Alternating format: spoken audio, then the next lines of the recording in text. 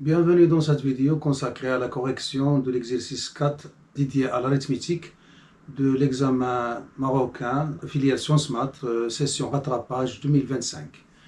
Alors, il nous donne une équation dont z croise z, nommée E, définie par y est égal à a sur b x moins c sur d, où a, b, c et d sont des entiers naturels non nuls, vérifiant A1b et C1d égale à 1. Alors, on suppose que l'équation E admet une solution x0, y0.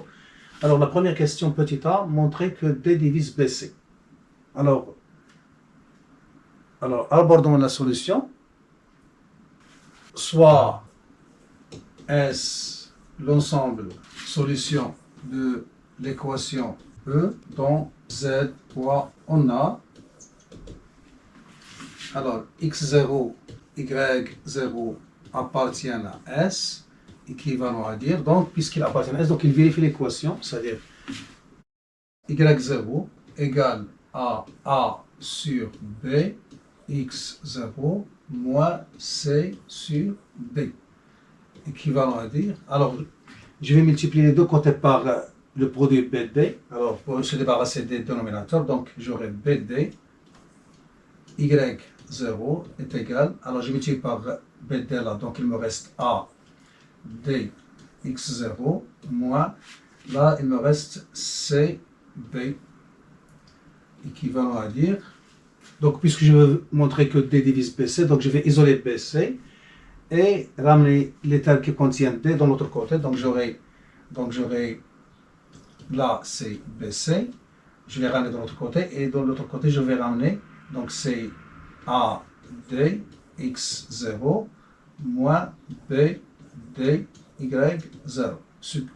Je peux dire que en factorisant par D, on facteur de A x0 moins B y0 est égal à BC.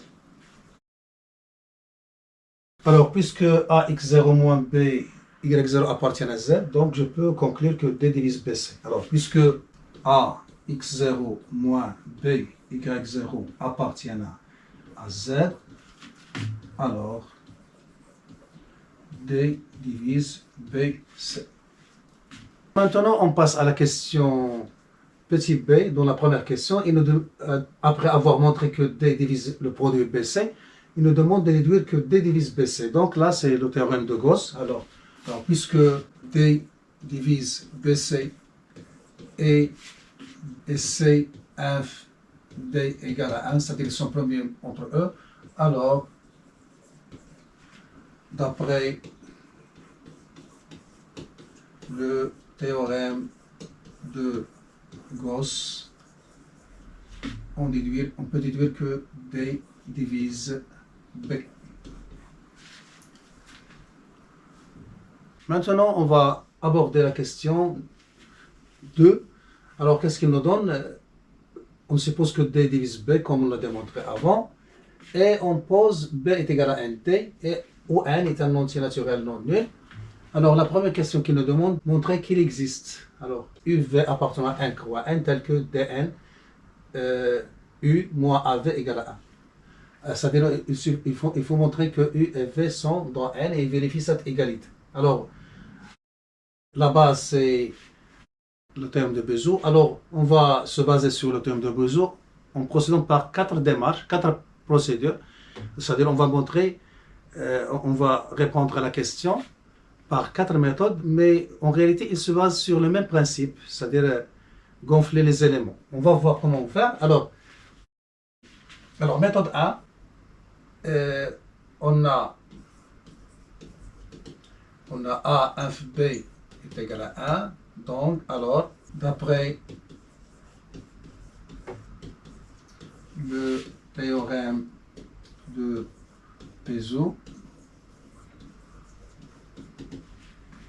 il existe alpha, bêta appartenant à Z au carré, tel que A alpha plus B bêta égale à 1.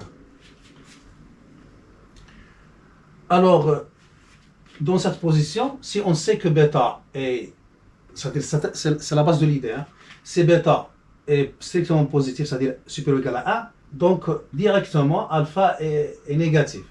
Parce que si alpha est strictement positif, on aura quelque chose qui est strictement positif plus quelque chose qui est supérieur ou égal à 1, on aura quelque chose qui est strictement supérieur à 1, donc absurdité. Donc si on s'assure que l'élément qui est multiplié par b est strictement positif, c'est-à-dire supérieur ou égal à 1, j'ai gagné. Je vais présenter deux méthodes pour faire apparaître un bêta qui est positif et deux méthodes jouant sur le gonflement des éléments de besoin, c'est-à-dire rendre leur valeur absolue qui est plus grande pour arriver au résultat. Alors je vais commencer la méthode la plus simple, la plus directe. Alors là je vais élever au carré. Alors par suite,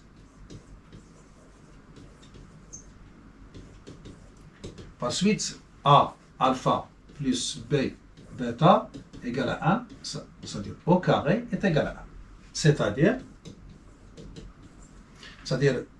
A au carré, alpha au carré, plus 2 AB alpha bêta, plus bêta au carré, B au carré, bêta au carré, est égal à 1. Alors, donc, je peux avoir, donc là, je vais préserver le bêta au carré qui est positif. Regardez qu'est-ce que j'ai gagné. Là, j'ai bêta qui appartient à Z, alors que là, j'ai bêta au carré, il appartient à N. Donc là, et là j'ai un A. Et là j'ai A au carré. Donc je peux factoriser par A. Donc j'aurai A alpha au carré plus 2B alpha bêta plus B. Et je vais décomposer B au carré. Donc c'est B bêta au carré. C'est-à-dire pour faire apparaître le B. Et là, c'est ça le problème. Si j'ai bêta égale à 0, alors je vais discuter et avoir A égale à 1 et ainsi de suite. Pour éviter cette situation, je vais gonfler ça. C'est-à-dire pour être sûr qu'il est supérieur ou égal à 1. Alors qu'est-ce que je vais faire? Alors, je vais ajouter AB et retrancher AB. Donc, c'est-à-dire la équivalence. Donc, A, facteur de A, alpha au carré, plus 2B alpha bêta, plus AB, moins AB, plus B bêta au carré, égal à 1. Donc j'ai ajouté AB et je retranché. Alors qu'est-ce que je vais faire? Donc ce AB, je vais le combiner avec celui-là. Qu'est-ce que j'aurai? Donc j'aurai par suite, j'aurai A, facteur de A, alpha au carré, plus 2B alpha bêta. Et je vais factoriser par A, donc j'aurai moins B là. Plus, et là je vais factoriser par B, donc j'aurai B, facteur de A plus B bêta au carré égale à 1. Et voilà, j'ai gagné. Parce que ça, il est supérieur ou égal à 1, puisque A il est supérieur ou égal à 1. Donc, puisque ça est supérieur ou égal à 1, donc obligatoirement ça est négatif, parce que sinon, c'est-à-dire inférieur ou égal à 0, car sinon, j'aurai ça strictement positif et ça supérieur ou égal à 1. Donc j'aurai quelque chose qui est strictement supérieur à 1, absurdité. Donc ça, il est négatif. Et vous voyez que je peux factoriser la part B. On a donc A facteur de A alpha au carré plus B facteur de 2 alpha bêta moins 1 plus B facteur de A plus B bêta au carré est égal à 1. Alors, comme A plus B bêta au carré est supérieur ou égal à 1, alors A alpha au carré plus B 2 alpha bêta moins 1 est inférieur ou égal à 0. Sinon A alpha au carré plus B 2 alpha bêta moins 1 plus B A plus B bêta au carré sera strictement supérieur à 1, absurde. Voilà, par suite, alors posons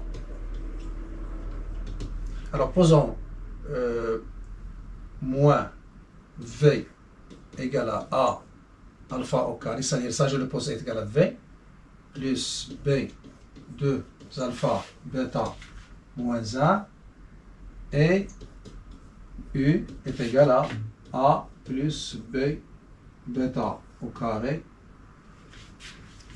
Et par suite, on aura B, U moins A, V, c'est-à-dire ça, je le remplace par moins V, est égal à 1. Et comme B est égal à Dn, alors il existe UV appartenant à N au carré, et je remplace la U par B par Dn, U moins AV égale à 1, ce qui est demandé. Voilà, donc c'est la première méthode. Alors, toujours avec la question petit a dans la deuxième question, avec la deuxième méthode. Alors, on commence toujours par le théorème de Bézout, hein, qui affirme l'existence de A alpha bêta tel que A alpha plus B bêta égale à 1. Ça nous arrangerait si bêta est positif. Mais moi, je ne sais pas que s'il est positif parce que bêta appartient à Z. Z, donc, une technique pour rendre un entier dans une relation positive, c'est d'utiliser la division euclidienne. Alors, qu'est-ce que je vais faire là? Je vais diviser bêta par A. Alors, d'après la division euclidienne de bêta par A, il existe un K R appartenant à Z croix N tel que bêta égale à K A plus R avec R, il est positif, c'est-à-dire il est strictement inférieur à A et supérieur à 0. Alors, en remplaçant bêta par sa valeur là, alors le problème là, c'est si on veut discuter à cette étape, alors qu'est-ce qu'on a? Alors, alpha, bêta, s'ils sont tous les deux positifs non nuls, donc on aura une quantité qui est supérieure à 2, donc absurde. Si alpha et bêta sont négatifs, donc on aura quelque chose qui est négatif, qui est différent de 1, donc absurde. Donc si bêta est positif, donc obligatoirement alpha est négatif. Donc on peut écrire l'égalité de volume. Mais si bêta est négatif, je ne peux pas certifier que bêta est positif. Qu'après l'avoir démontré. Donc c'est ça le problème.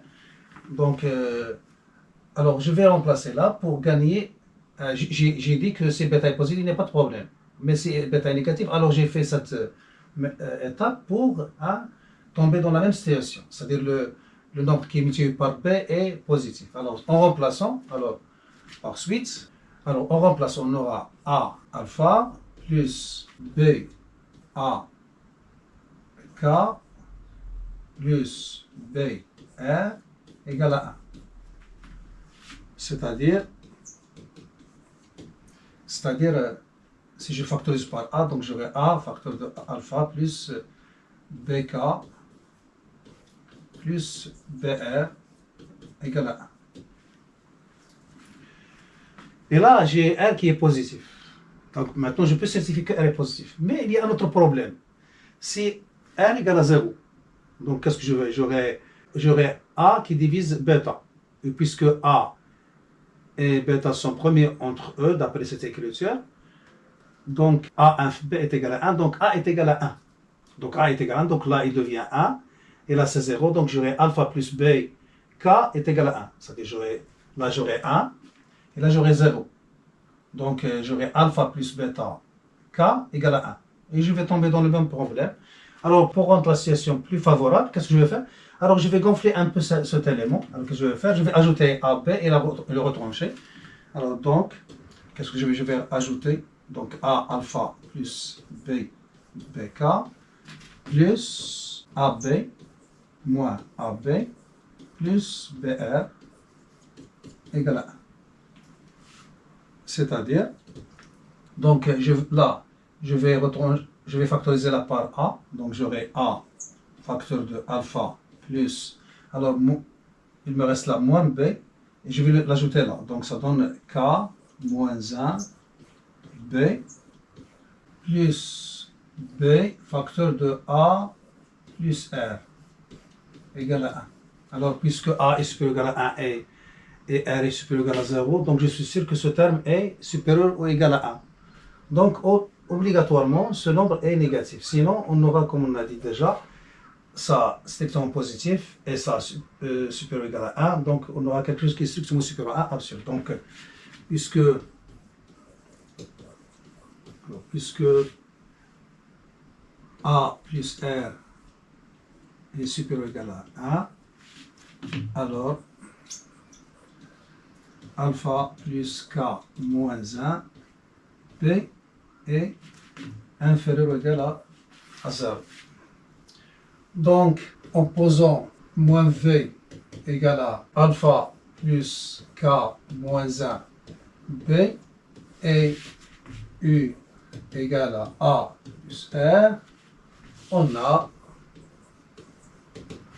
alors B U moins A V égale à 1 avec U V qui appartient à N au carré. Et puisque B égale à Bn, alors il existe U V appartenant à N au carré tel que Bn U moins AV égale à 1. Alors, toujours avec la question 2, petit a, avec la troisième méthode. Alors, toujours, on arrive à cette étape. L'équation AX plus BY est égale à 1. L'équation diophantien admet une solution alpha-bêta dans Z au carré. Donc, on a une solution particulière qui est alpha-bêta. Alors, on va utiliser ce qu'on a dans le cours, c'est-à-dire l'ensemble solution.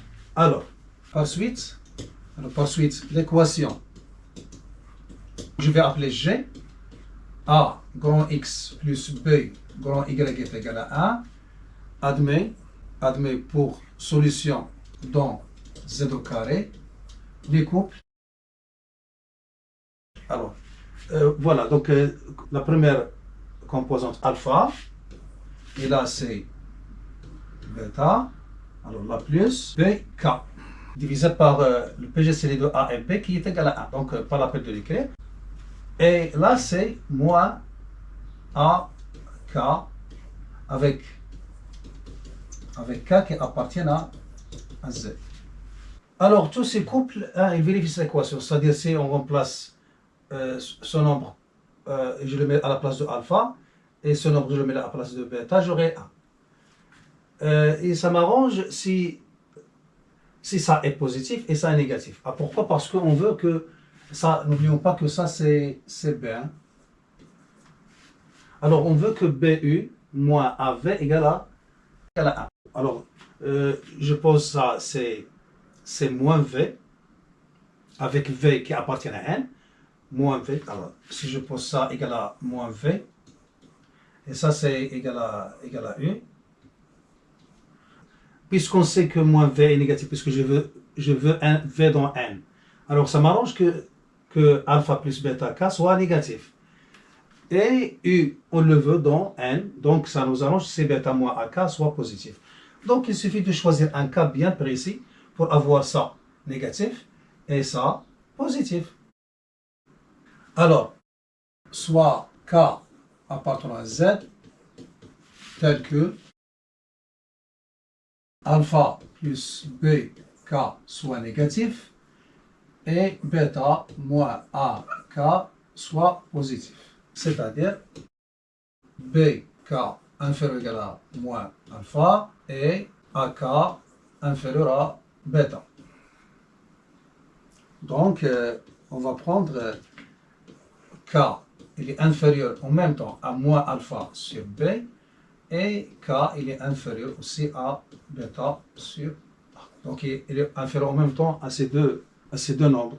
Alors, on sait que moins alpha sur B, il est entre E, la partie entière de moins alpha sur B, et E moins alpha sur B plus A. De même, bêta sur A, il est entre E bêta sur A et E de bêta sur A plus 1. Alors, il suffit de prendre un élément K qui est inférieur à la partie entière de moins alpha sur B et la partie entière de bêta sur A pour être sûr qu'il est inférieur aux deux. Alors, soit K0 égale à inf de E de moins alpha sur B et E de bêta sur A. Ensuite, si je pose alpha plus B K0, je remplace là, il est négatif, et bêta moins A K0 est positif. Alors, posons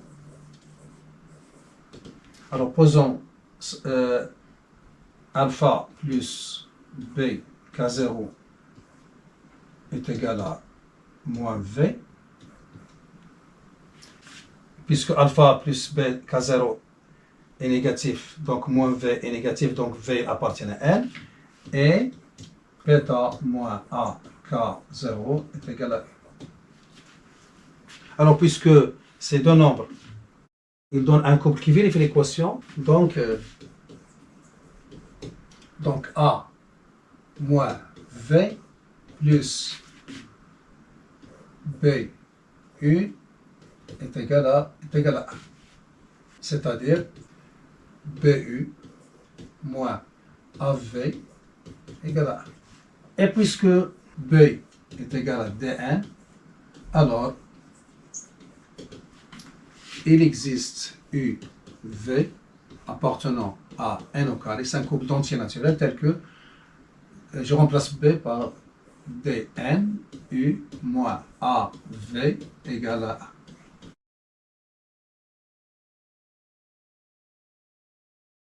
Alors, toujours avec la question de petit a, on va présenter maintenant la quatrième méthode. Alors, puisque a inf b égale à 1, alors toujours avec le théorème de Bézout, il existe alpha bêta appartenant à z au carré, tel que a alpha plus b bêta égale à 1. Voilà, donc là, on va gonfler la valeur absolue de alpha et bêta. On va gonfler, c'est-à-dire on va ajouter un terme qui va rendre la valeur absolue des éléments plus grande. Alors, qu'est-ce que je vais faire?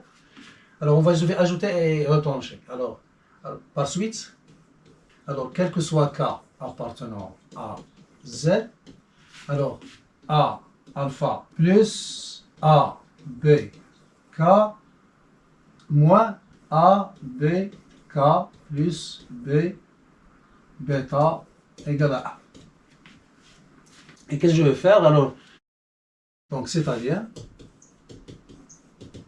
quel que soit K appartenant à Z, on aura B, facteur de bêta plus AK moins A, facteur de, alors là c'est moins alpha plus BK égale à 1. Et moi je veux que ces deux nombres soient dans N. Donc il suffit de choisir un cas bien précis. On veut que ce nombre soit positif, puisque ce sont des entiers, et ça soit positif. Donc il faut choisir un cas bien précis. Donc, alors parmi ces cas qui sont n'importe lequel dans Z, on va choisir un cas, soit cas appartenant à Z, tel que deux choses, bêta plus AK soit positif, et en même temps, moins alpha plus BK soit positif. C'est-à-dire que K supérieur ou égal à moins bêta sur A et K il est supérieur à alpha sur B. Voilà, donc il suffit de choisir un cas bien précis en utilisant la partie entière des deux nombres. Alors, on est arrivé là, donc toujours on a la partie entière de moins bêta sur A, il est inférieur ou égal à moins bêta sur A, qui est inférieur à E de moins bêta sur A plus 1 et alpha sur B, il est supérieur à la partie entière de alpha sur B, il est inférieur strictement à la partie entière de alpha sur B plus 1. Donc on a toujours ça. Donc pour avoir un cas qui soit supérieur à ou égal à ces deux nombres, il suffit de choisir le plus grand de ces deux nombres. Alors soit K0 égale à sup le plus grand des deux nombres E moins bêta sur A plus 1 et E de alpha sur B plus 1. Donc par suite,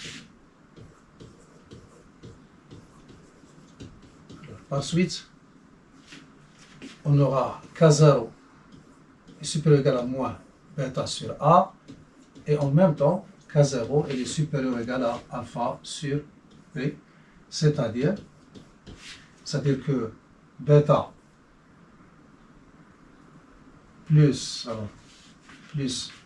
A K0 est supérieur ou égal à 0 et moins alpha plus B K0 est supérieur ou égal à 0. Alors en posant U est égal à bêta plus A K0 et V égale à moins alpha plus B K0, on a BU moins AV égale à 1 avec UV appartenant à N au carré. Et puisque B égale à Dn, alors il existe UV appartenant à N au carré, tel que, et je remplace P par son expression, donc c'est Dn U moins AV est égal à 1. Voilà. Maintenant, on passe à la question petit b, dans 2. Il nous demande de déduire l'ensemble des solutions de l'équation E, alors, qui est donnée sous cette forme. Alors, déjà, on a E est équivalent à Y égale à A sur B X moins C sur D. Alors, ceci est équivalent à, on multiplie les deux côtés par BD, donc j'aurai BD Y égale à ADX moins CB. Équivalent à dire que, alors c'est ADX moins BDY égale à BC. Ceci équivalent à dire, alors en remplaçant B par sa valeur, alors donc c'est ADX moins BDY égale à DNC. Là, car B est égal à Dn. Alors, ceci est équivalent, puisque D est non nul, donc on peut simplifier. Donc, il reste AX moins BY égale à NC. Alors, cette équation, alors puisque A, 1 moins B égale à 1, donc cette équation admet une solution. Alors, puisque A, 1 moins B est égal à 1, alors l'équation que je vais appeler par exemple le E', alors l'équation E' admet des solutions dans Z au carré. Alors maintenant, il reste à trouver une solution particulière. Alors, puisque moins AV plus BU égale à 1, d'après ce qu'on a trouvé avant, Alors,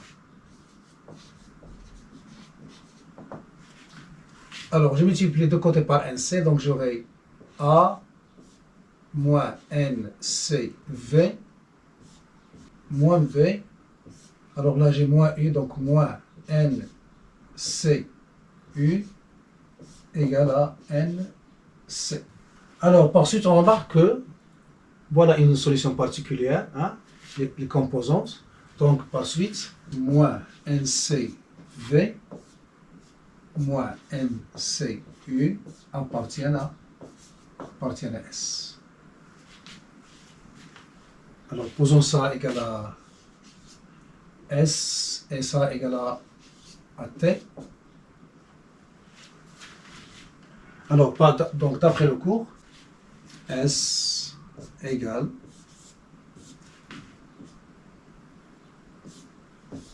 K appartient à Z.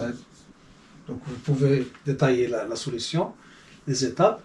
Donc c'est moins NCV plus moins B, ça donne B, K. Et là c'est moins NCU AK plus AK qui appartient à. Donc d'après le cours, on applique la propriété directement.